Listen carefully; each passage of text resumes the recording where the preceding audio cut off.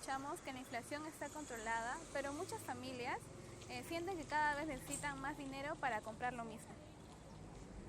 Entonces, ¿por qué el costo de vida sigue siendo una preocupación y qué políticas debería aplicar el Estado? Aquí tenemos a Marina, una trabajadora independiente que vive con sus dos hijos. Ella distribuye sus ingresos entre alimentos, transporte, servicios, salud y educación. Aunque escucha que la inflación ha disminuido, los precios no regresan a sus niveles normales. Esto ocurre porque una menor inflación no significa precios menores, sino que estamos aumentando a una velocidad menor.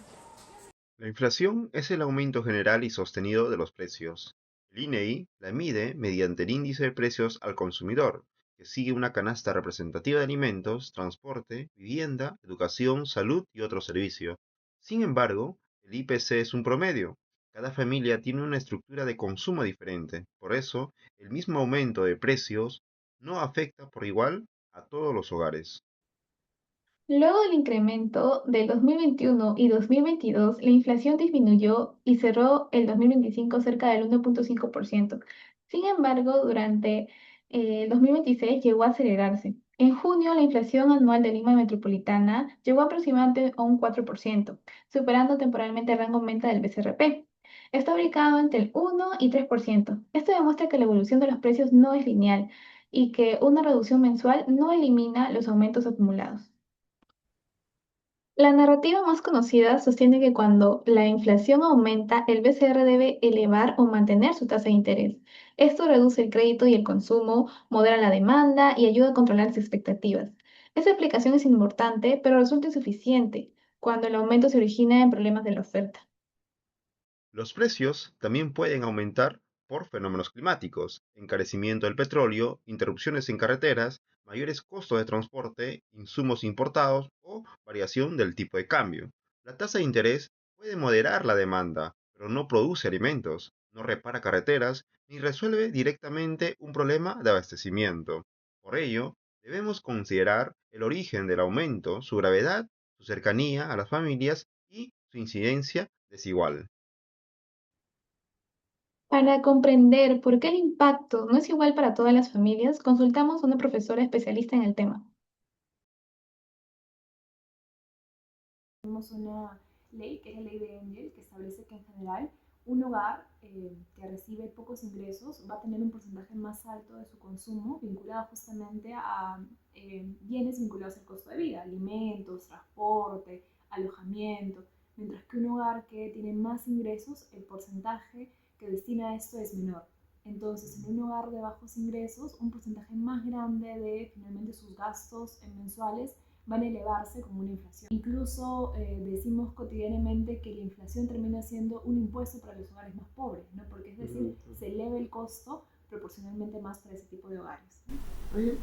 La explicación se relaciona con la ley de Engels. Cuanto menor es el ingreso de una familia, mayor es la proporción de su presupuesto destinada a alimentos. Según información del INEI del 2021, el quintil de menor gasto destinó aproximadamente 50,3% de su presupuesto a alimentos, frente a un 31% en el quintil de mayor gasto. Por eso, la inflación alimentaria afecta proporcionalmente más a los hogares pobres. También preguntamos qué tipo de intervención sería más eficiente. En general depende del contexto, ¿no? Porque ¿cómo frenamos la inflación? La mejor herramienta es la política monetaria, ¿no? Es decir, cómo el Banco Central de Reserva, en el caso peruano, genera mecanismos para estabilizar el precio y para evitar que la economía de repente se recaliente, como podemos decirlo en forma cotidiana, y para eso utiliza la tasa de referencia, ¿no? En un contexto en el que quizás vemos que estamos ante una posible inflación, el BCR eleva, baja, toma decisiones en relación a la tasa de referencia justamente para evitar que la dinámica propia de la economía genera un incremento de precios. Entonces, un aspecto está vinculado directamente al rol de la política monetaria, ¿no? Por otro lado, en relación a subsidios o medidas, yo creo que hay que ser muy cuidadosos con eso, ¿no? En general, la focalización siempre es una mejor respuesta porque nos permite identificar qué porcentaje de hogares son los más vulnerables, ¿no? quiénes son exactamente y así asignamos los recursos públicos de forma más eficiente, ¿no? Porque en general los recursos públicos son escasos y entonces si tomamos medidas flat, es decir, la misma para todos, terminaríamos haciendo quizás algunas asignaciones ineficientes, ¿no? Entonces, pero ahí por eso depende mucho del contexto. En contextos de grave crisis, como por ejemplo el COVID-19, si focalizar te va a tomar demasiado tiempo y tú tienes un sentido de urgencia muy elevado, quizás tienes que tomar decisiones más rápidas y se pueden aplicar medidas un tanto más horizontales o homogéneas, ¿no? Pero si no es un contexto de este tipo y tienes más localizada la población más afectada, sí es posible utilizar algún tipo de subsidio focalizado. En el Perú, por ejemplo, los utilizamos, ¿no? En relación a los precios de los combustibles, tenemos por un lado el FICE, ¿no? Que es un vale, el vale GLP que se le da directamente a los hogares más pobres para que puedan acceder a comprar un balón de gas. Ese es un mecanismo focalizado de subsidio. Y por otro lado tenemos el Fondo de Estabilización de los Precios del Combustible. Cuando ya tienes que correr en los tiempos, hay un incremento del precio, tienes una medida que es homogénea para todos, universal, finalmente, ¿no? Porque finalmente el precio del petróleo termina afectando a todos por igual, ¿no? Pero ¿quién se ve más afectado? Los hogares que tienen menos ingresos y que brindan un porcentaje más alto a justamente los bienes de la canasta básica. La respuesta muestra que la focalización permite proteger a los hogares vulnerables, utilizando mejor los recursos públicos. A partir de ello, comparamos dos políticas. La primera alternativa consiste en aplicar un subsidio general temporal de determinados bienes esenciales. Su principal ventaja es la rapidez, porque puede beneficiar inmediatamente a numerosos consumidores. Sin embargo, también beneficia a hogares que no necesitan apoyo, eleva el costo fiscal y no garantiza que todo el subsidio llegue al precio final. Además, se mantiene durante demasiado tiempo y puede generar distorsiones y resulta difícil de retirar. La segunda alternativa es un mecanismo temporal de protección del poder adquisitivo. Se activaría cuando exista un choque significativo en los precios de bienes esenciales y tendría tres componentes. Primero, una transferencia temporal a hogares vulnerables identificados mediante SISO. Segundo, medidas de abastecimiento y seguimiento de mercados mayoristas y producción y transporte. Tercero, supervisión de la competencia para detectar prácticas que eleven artificialmente los precios. El MEF definiría el financiamiento. El MIDIS identificaría a los beneficiarios. El INEI y el BCR aportaría información sobre precios. El MIDAGRI vigilaría el abastecimiento e Indecopi supervisaría posibles conductas anticompetitivas.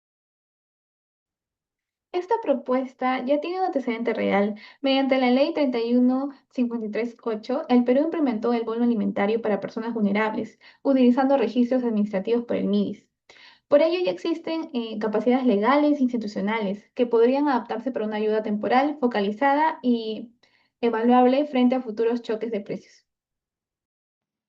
Como ejercicio ilustrativo, una transferencia de 100 soles mensuales durante 3 meses para 1 millón de hogares tendría un costo directo de 300 millones de soles. Agregando 5% para gestión y evaluación, el presupuesto aproximado sería de 315 millones. Frente al subsidio general, la transferencia focalizada es menos rápida, pero ofrece mayor equidad, mejor control de gasto y menor riesgo de distorsión. Recordamos la transparencia temporal focalizada, acompañada por medidas de abastecimiento y supervisión. Esta alternativa protege directamente a quienes tienen menor capacidad para enfrentar el aumento, limita el costo fiscal y puede retirarse cuando desaparezca el choque. La ley de Engel nos recuerda que cuando menor es el ingreso, mayor es la proporción destinada a alimentos. Y como plantea Barnach, una política debe comunicarse con claridad para convertirse en una decisión pública. Precios estables y hogares protegidos. Y apoyo temporal a quienes más lo necesitan. Muchas gracias.